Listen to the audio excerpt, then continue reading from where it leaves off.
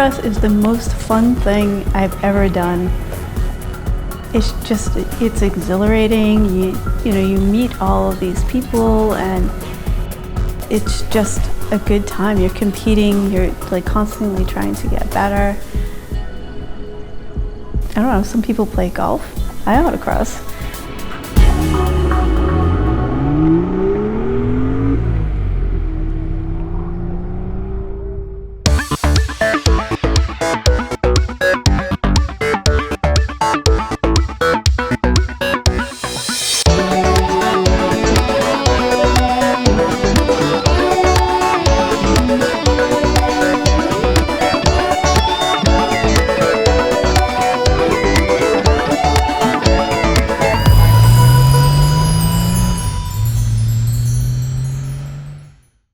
Hi, I'm Audra Tella. I drive a BMW M2 and a Mercedes GLA 250. The first real car that I had was my Mini. And that was early 2002. I went to a home show and there was a Mini right outside, and I'd never seen anything like it. And I fell in love with it. I wanted that car so bad. And it took me 3 years before I actually got one. And I kept that car for 14 years. And I was sad when I got rid of it. For 4 years, I worked up to getting rid of this car because it kept breaking and breaking. But before I actually got rid of it, I had dreams about it. I had this very vivid dream that it was like lovingly rubbing, cleaner into the seat and making it nice. And I woke up, oh, I love my Mini so much, I couldn't sell it. But that was my introduction to cars. I didn't grow up with car people. They were always utilitarian. My dad's not a car person, And I met other Mini people who did covered bridge tours and things like that. They had these little Mini clubs around. The Mini was just so different than anything I had ever seen. It was small, it was cute. It had, all the styling on the inside. It was these huge dials in the middle. And there's just something about how it looked, just really cute, a little bit mean, with the S. They used to, look a little bit mean. And they just, it was just so different from anything I had ever seen before. I just fell in love with it. Well, this is not my first BMW M car. I did have an M3 before this. But it was a little older, it kept needing repairs. I had to get towed off the Autocross site a couple of times, and that's embarrassing. The clutch went as I was coming through the finish line. So I decided to get rid of it, and I did the same thing again. It was a good 6 months or more. Back and forth, should I get the Porsche, should I get the BMW? So I wound up getting the M2. It's going great. They did a great job with this car. He's really well balanced. I haven't put anything in. I put a front sway bar, that's it. Other than that, a little bit bigger tires. It is a he, yes. So at the time that I got him, I still had my Mini. So the BMW, he's a he. He looks like a boy. The Mini was always a girl. When I had the two of them together, I had, we joke around and say, well, he's a boy and she's a girl. Maybe they'll get together and make me a BMW Isetta. That would be so great because they're so cute. Every car I've had has had its fun factor. The Mini for Autocross was awesome. So the go-kartness, if that's a word, of the Mini. And being a front-wheel drive, there are things that you can do to that you can't do in rear-wheel drive, which I found out very quickly when I changed to the M3. So the Mini, I have a lot of bad habits, and have some friends, one of them from Porsche, that I have a little maneuver when I come up to a cone, and they called it pulling an Audra, and I'm still working to get that out of my system because it doesn't work so well with the rear-wheel drive cars. You dodge. This is terrible. You dodge straight up to the cone, and then you go and turn around. So instead of setting up and doing your nice turn, no. It really upsets the car. With the Mini, you could get away with it because it's okay, we're going to do that now. With the BMWs, it's what do you think you're doing? When I went from the Mini to the M3, all of a sudden I had an 8-cylinder car with 465 horsepower. It was just such a difference from under 200 front-wheel drive to this rear-wheel drive beast.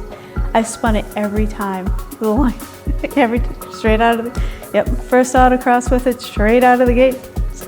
Circles, very embarrassing, but I think the rear-wheel drive, with the higher horsepower horsepower definitely teaches you to be a better driver because you can't get away with nearly as much. My introduction to Autocross was going to the social events for minis. Yeah, Jess, one of my co-hosts from the podcast, she had done an SCCA event and she was talking about it, and then I signed up to go to one, and that's it changed my life. My entire world was altered from that first Autocross. And it was a tiny little autocross course. It was like 20 or 30 seconds. It was really small. You didn't have to wear a helmet. They had instructors from the Boston BMW Club, and that's how I met them. And they were awesome.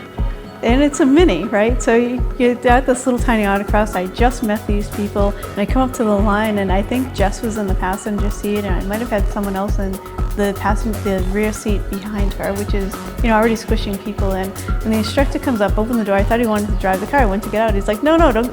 And he pushed me forward and then pushed the seat. So I was smushed up against the steering wheel, and he squeezed himself into the back of the car. And every time I made a mistake on the course, he would smack me in the back of the head. We were all laughing so hard that I almost took out like the stoplights and everything. I had no control at the end. But that was my introduction to BMW Club, and that's how I wound up autocrossing with them. I'm not usually a giggler or a hugger, but I got out of the car for that first run and I was giggling uncontrollably, and I hugged all of my friends that I was with. It was just so great, and haven't stopped since. Probably 12 years ago, I had a friend who was autocrossing with BMW, and he was on the tech crew, and by that relationship, that's how I got to be on the setup and cleanup crew, which was great because that's your only work assignment for the day. But by doing that, you get to know the organizers, and you're helping out in that respect. So I did that for a while, and then about 6 years ago, one of the organizers was moving to Washington, and then he asked me, do you think you'd be interested in helping out with running some of the club? Against my better judgment, I said yes. And it was really, it was a huge challenge for me. None of this is natural, actually. I've never been, I never thought I would be doing anything like that. Managing 100 people at an event, doing driver's meetings. My first driver's meetings, I would shake. You could hear my voice shaking, and I would sweat because I'd be so nervous to actually have to stand up in front of all these people and do this. It was really far outside of my comfort zone. It's been a good stretch. I've learned a lot. I think I've grown an awful lot as a person because of autocross. My confidence level is just so much different than it used to be. I think I actually have some. So that's kind of amazing. Welcome to Shifting Points Podcast. We love to drive and talk about cars. We dive into all sorts of car topics and interviews with the So for the podcast, a couple of years ago, my friend Elizabeth Jolly approached me and another person and said, hey, I think it would be a lot of fun to do a podcast. And I am a huge fan of podcasts. And I thought about it for a year. And then Jess and I, one of my co-hosts, we were out at Mohegan Sun having a couple of martinis. And I said, hey, Jess, what would you think about doing a podcast? Elizabeth asked me about this last year, and I've been thinking about it, and she's like, well, that would be great. So we thought it would be fun, and I talked to Kathy about coming in as well. She's a very talented, very creative person. So I thought that it would be a great dynamic. So we had some meetings, and we decided that, yes, this is a go. We spent a lot of time trying to find a name that, felt like represented what we wanted to do. With the different, our different viewpoints, and the fact that, we don't really want to be all about, well, we're women, and but it does represent the point that we are actually from our viewpoint and not from, the male viewpoint. It was a rocky start because I had to learn. Here we go again. I delved into something that I knew absolutely nothing about and didn't know how to do, and like lynda.com courses, YouTube courses. So I learned how to record a podcast, set up the equipment, do some editing. I'm still learning. If you listen to the podcast, I am still learning, but it's come along, I think. We found out that really drinking and doing a podcast is not a good idea. There's some jokes still going around about slurring our air quotes. It's not good. We've definitely gotten better over time. The whole thing is just that we love cars and we love to drive, and that's it. So any conversations around that, which gives us, pretty broad latitude in what we want to talk about. So since I've had, the M cars, I've wanted to get onto the track because I think it would be awfully fun to go fast for more than 3 seconds at a time. So I have a couple of track days booked for this year, and then we met another podcast called Garage Heroes in Training. They actually approached us.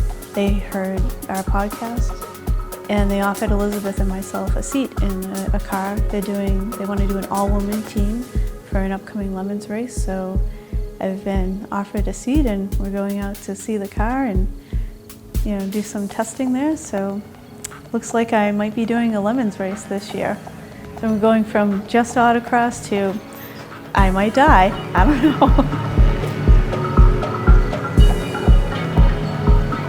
Some of the other cars that I'm interested in, aside from having my cars create an iSetter for me, which I guess isn't possible now that I have the Mercedes instead of the Mini. The Mercedes, quite frankly, is a little bit elitist, I think. She complains an awful lot. It's all this technology. I would like to go back to, the Mini had a radio and a CD player and a clock, right? But I liked it that there was no technology. I like the older cars with no technology, like the really small cars. Even, my Mini was so huge compared to the classic Minis. And they're just so adorable. They're just nice and small, and you could fit them anywhere. And who doesn't want to drive something that you just, tool around with?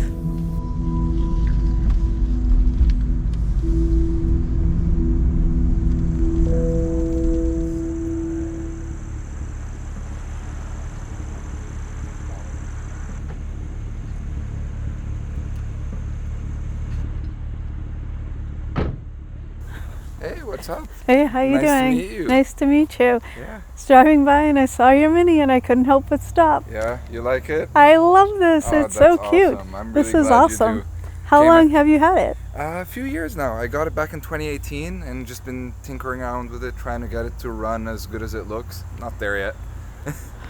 It looks awesome. It's beautiful. Thank you. I really appreciate that. It's been a, project in the making, sort of, and it's been a fun thing to work around with in the summer.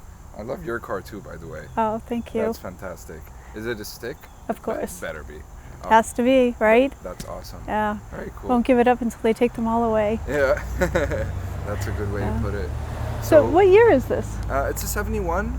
It's basically the last year of what would still be considered the Morris Minis, if I'm not mistaken. After that, they were all made by BMC, and really they kept making it until 99. So it's very hard to tell them apart. Mine has a few bits and parts of older and newer ones, but it's mine. That's really what matters.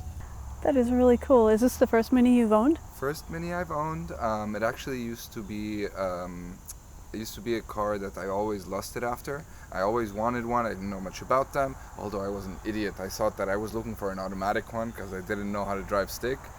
After that, I realized that no, this is a perfect fit, and I actually have a picture of my dad in the Mini back in the 80s. It was his first car, and so there's always been that connection.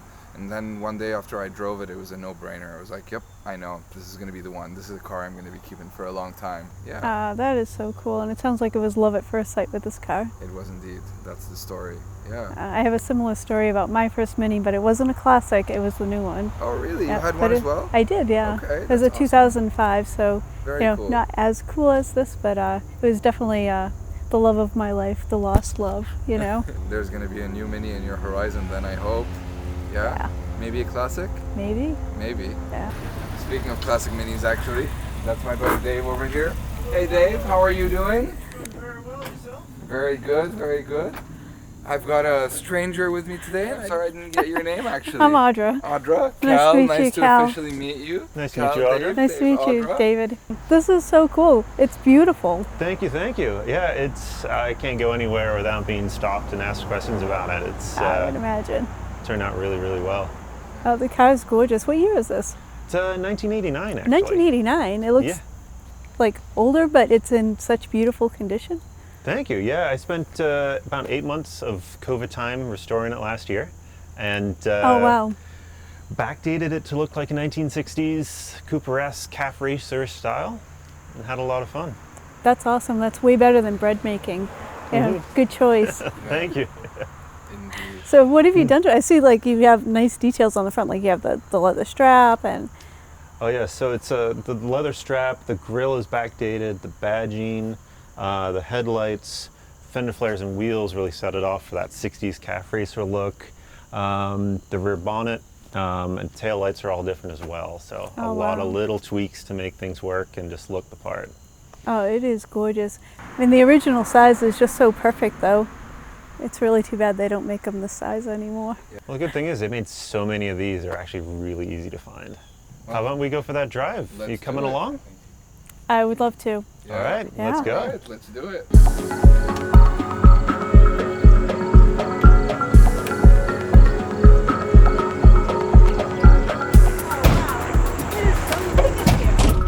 Well, you Must know, have to. sorry, I didn't mean to slam that. They're so light.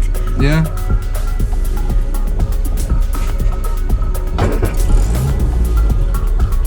I can't believe you let me do this. It's so nice. It's Thank totally you. fine. Don't worry about it. Seriously. No, it's really... I always tell people who drive my cars, like, there's no way you're gonna trash it more than I do, so don't worry about it. So I guess we'll go for a drive.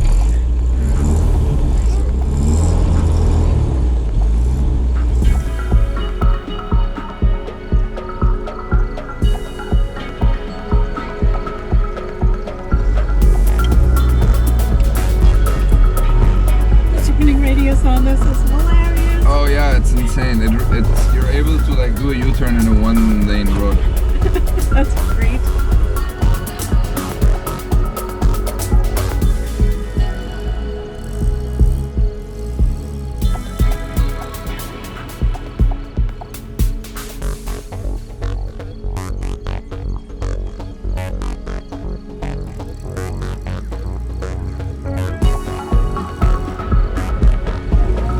Yeah, once you get used to it, it's actually quite easy to drive. It really is. It punishes you when you make a mistake, and so you learn very fast not to do that mistake again. It's so big in here. I can't believe this. Yeah, it's humongous. I agree. It's way more spacious than a lot of cars that are twice its size.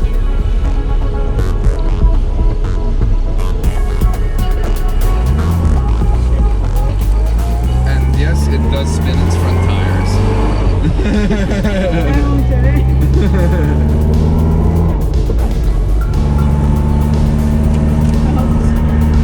No automatic. Just don't use it. Okay. It's easier if you don't. Oh, that's perfect. We're in Massachusetts. Nobody uses directions anyway. Exactly, right? But yeah, it's you have to turn it yourself. It doesn't remember to do it. You know, it doesn't feel like we're driving a small car, which is No. kind of amazing to me. I Yeah. thought we would feel so tiny and like scared. No. Like maybe on the highway we might feel a little.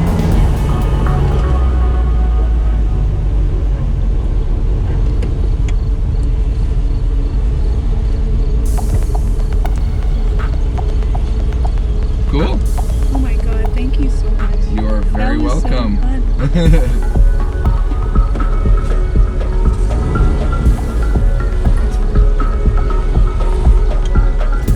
Oh my god, that was so great. Thank That you is so awesome. much. I'm glad you I liked love this it. car. Oh my god, it was so fun. Yeah, did I was this seal surprised, the like- deal? Yeah, I think so. I need one. Great. I definitely need one. I can't believe like you didn't feel like you were in a tiny car when you were driving it. I mean, I imagine on the highway it might feel a little different, but just driving around it's so big inside. That's Yeah. true. Yeah. It really Yeah. is. It And they doesn't- handle. Sorry? And they handle. Oh, that's what they're best at. No, of course. exactly. Yeah. I didn't expect an older car with no power steering to handle like that. And once you get going, you're like, oh yeah, it turns like it's point and shoot, right? Yeah. No, especially for an old world car, which they are, designed in the 50s, they really, matured nicely. And then fully analog too. There's no power brakes in these. So it's everything you do is direct connect to the engine and direct connect to the wheels. Yeah. It's really cool. It is really cool. I've only ever driven one older car that did not have like power brakes, power steering, all of that. I must admit, the first time I hit the brakes and I wasn't stopping it, I had a little bit of a heart palpitation. Everybody Once you get has used to it, Yeah. it's not so bad. Yeah. Thank you so much for letting me drive your cars. You're It was very so welcome. great. Very welcome, Oh my yeah. God. It was so nice meeting you. It's I'm so glad nice you to actually meet you. stopped and said hello. You caught Dave at the same Yeah. time, which is incredible. So What luck, yeah. Yeah, hopefully no, it's we'll great. see you again. Thank you for, entertaining me. Definitely. Taking me out You're of your very cars. welcome. Yeah. Anytime. It was so good Yeah. to meet you. You as Thank well. you so much. Thank you. Yeah. And enjoy your drive home. Had I not gotten into motorsports, my life would not be this good. Like, I have a really good life now. I was in a bad marriage. It was very miserable. I went through, it went through an awful lot. And to get to this point now where I really enjoy my life, and I don't know, something kind of, there's a switch that went in me, and now like the real me has come out a little bit.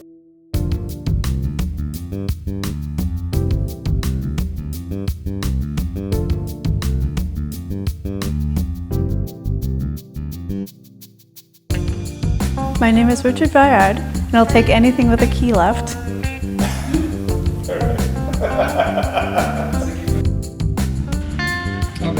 I'm in the shot. Hold on. Yeah, I have like 3 goals for the day, right? My goals are to not crash the car, not puke in my helmet, and not poop myself. That's it. That's my goals. You're not allowed to use that.